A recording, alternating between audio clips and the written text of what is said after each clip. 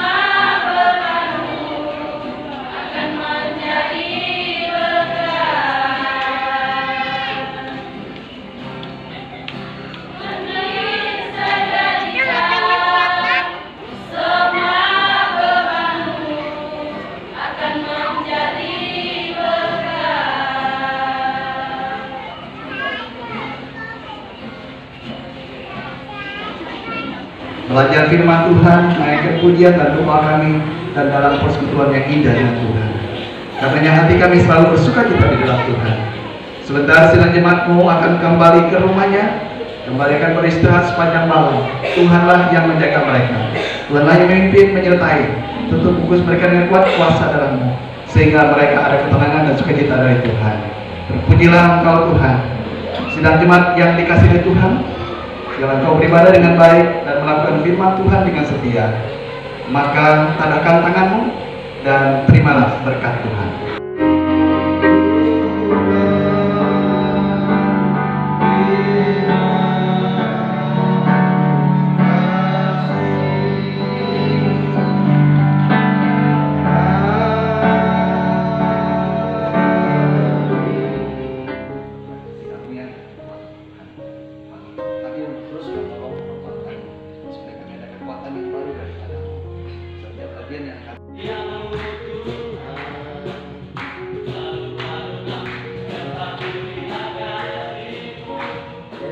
Nama saya Marsilus.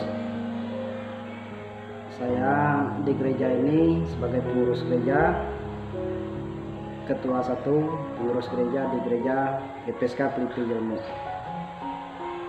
Saya mau menceritakan latar belakang berdirinya gereja GPSK Filipi Jelmu. Yang pertama, dari tahun 1972 berdirinya gereja, dan pertama-tama berdirinya gereja jemaat masih percaya dengan animisme.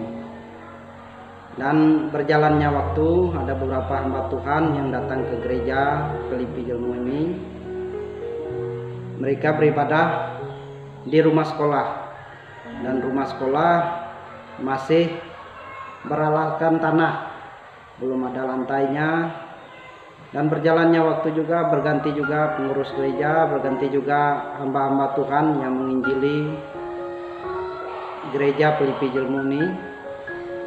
Baru berdirilah suatu gereja, tempat ibadah, dan gereja itu ada di samping saya, di samping kita, bekas gereja kita. Sudah beberapa tahun ibadah di gereja tersebut, lalu datanglah hamba Tuhan lagi, lalu membawa jemaat semakin maju, semakin ada peningkatan.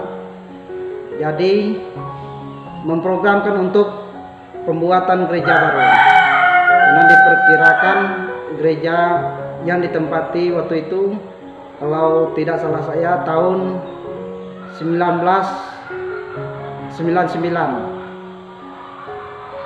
membuat gereja yang pertama. Kemudian beberapa tahun lalu berdiri membuat program gereja yang sedang saya tempati ini.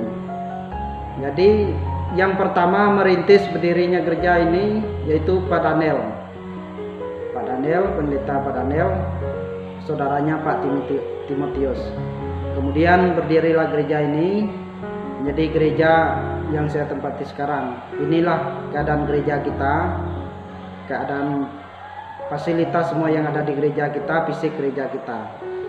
Jadi harapan kita ke depan untuk fisik gereja kita ini, harapan kita mau membangun gereja ini, membangun gereja yang baru lagi. Kemudian kita mau mencari tempat peletakan gereja kita yang baru di pinggir jalan Poros Trans Kalimantan, kilometer 25. Jadi kita mau programkan untuk mencari tempat gereja yang baru, karena kita yakin untuk beberapa tahun ke depan gereja ini tidak muat lagi.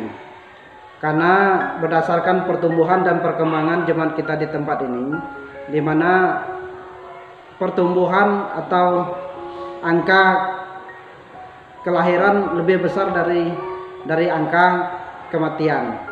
Jadi jemaat kita di tempat ini, jumlah kakak kita 325 kakak dengan jumlah jiwa 700 jiwa. Jangan diperkirakan kita beberapa tahun ke depan gereja ini tidak muat. Jadi besar harapan kita dapat mendirikan gereja baru, gereja yang besar, yang dapat menampung semua jemaat beribadah. Dan harapan kita juga pertumbuhan iman jemaat kita di tempat ini supaya dapat bertumbuh dengan baik, mengenal akan Tuhan dengan lebih baik, dan bersatu dalam hal memajukan gereja maupun dari sisi manapun, baik dari sisi pembangunan maupun dari sisi kerohanian. Itu harapan kita. Kemudian saya menceritakan juga latar belakang sejarah kenapa gereja kita ini dinamakan Gereja Pelipi Jelmu. Yang pertama saya ingin menyampaikan Jelmu itu berasal dari nama kayu. Nah, nama kayu, bahwa kayu Jelmu itu diceritakan oleh nenek moyang kita bahwa kayu itu kayu kuat, kayu yang tidak mudah lapuk.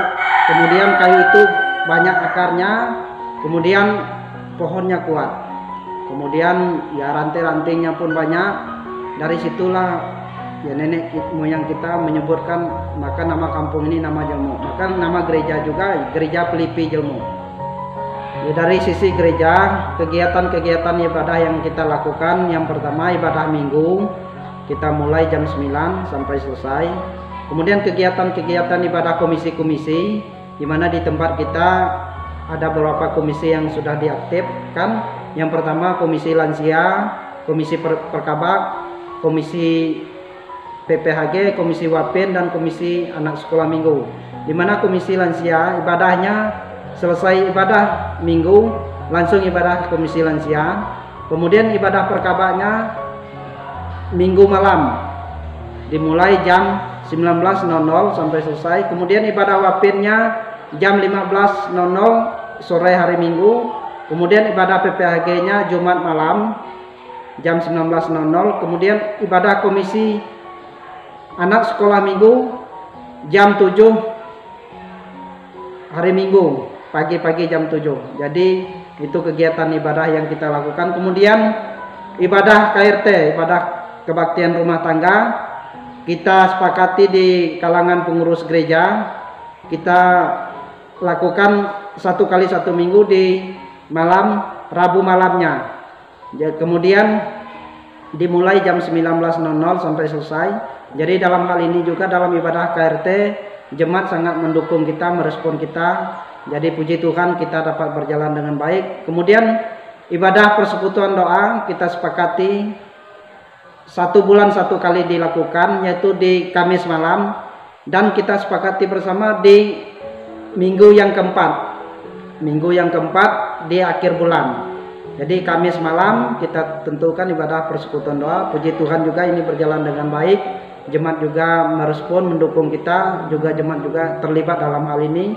Berdoa dalam ibadah persekutuan juga kita banyak hal yang harus kita doakan, yaitu dari sisi kita mendoakan pertumbuhan iman jemaat, mendoakan persatuan jemaat tempat ini, mendoakan gembala yang melayani kita supaya diberikan kesabaran, karena kita tahu dalam hal pengembalaan tentulah banyak warna-warni yang ada di dalam jemaat, tapi puji Tuhan kita bisa seiring sejalan.